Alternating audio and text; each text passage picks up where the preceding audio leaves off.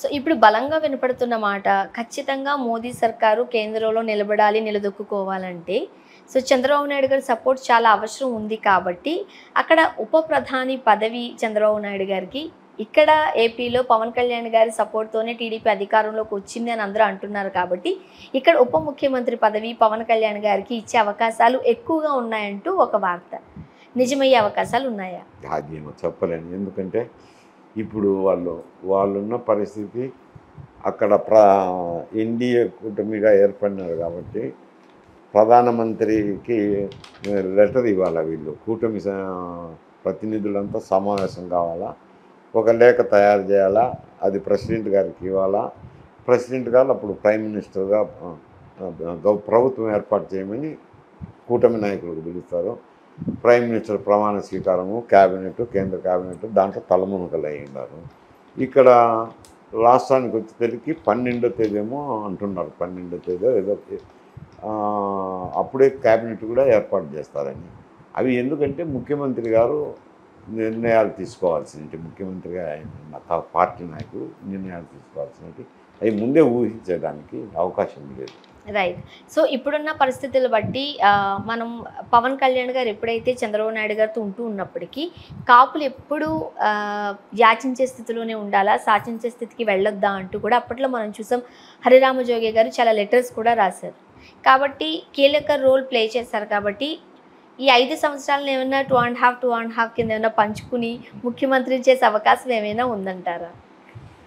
ఆయన ఏదో లెటర్ రాసిండొచ్చు, కానీ రాజకీయంగా చూసినప్పుడు కానీ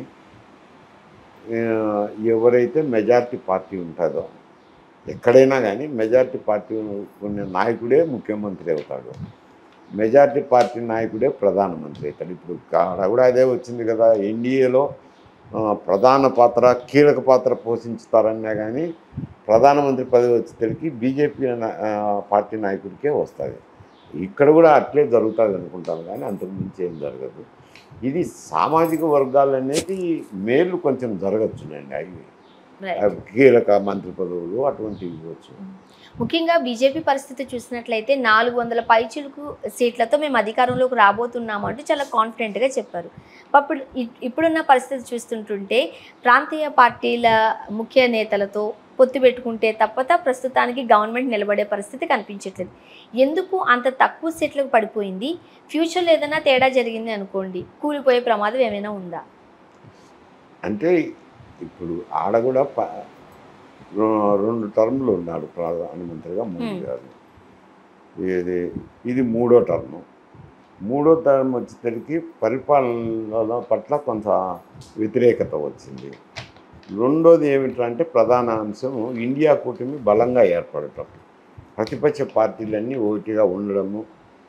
రేపు 400 ఎందుకు కోరుతున్నారంటే రాజ్యాంగాన్ని మార్చాలనే ఇది వీళ్ళ అభిప్రాయంగా ఉంది. అందుకే 400 అంటున్నారు అనేది బాగా ప్రాచుర్యం ఉంది, అది ప్రజల్లోకి కూడా పోయింది. ఏకవ్యక్తీకృత పాలన అయితే కనుక నిరంకుశత్వం అయిపోతుందని ప్రజల్లో కొంచెం ఒకటి అభిప్రాయం ఏర్పడడం కొంత వర్గ ప్రజల్లో అయింది. రామ మందిరం పనిచేస్తుంది అనుకున్నారు, అయోధ్యలోనే ఓడిపోయినారు కదా, కాబట్టి అది మతము కులం అనేది పనిచేయలేదు. పరిపాలన బట్టి వేసినారు. ఇండియా కూటమి బలంగా ఏర్పడడంతో యూపీలో అఖిలేష్ యాదవ్, కాంగ్రెస్ ఇద్దరు ఒకటిగా కలిసి పనిచేయటం వల్ల దాదాపు 37 సీట్లు, ఎంపీ సీట్లు తగ్గిపోయినాయి బీజేపీ వచ్చిన దానికంటే 37. అక్కడ తగ్గిపోవడం అయితేనే ఇతర చోట్ల రాజస్థాన్లోనూ తగ్గిపోవడము, సౌత్ ఇండియాలో ఒక కర్ణాటక తప్పనించి మిగతా చోట్లంతా ఇండియా కూటమికి బాగా రావటం.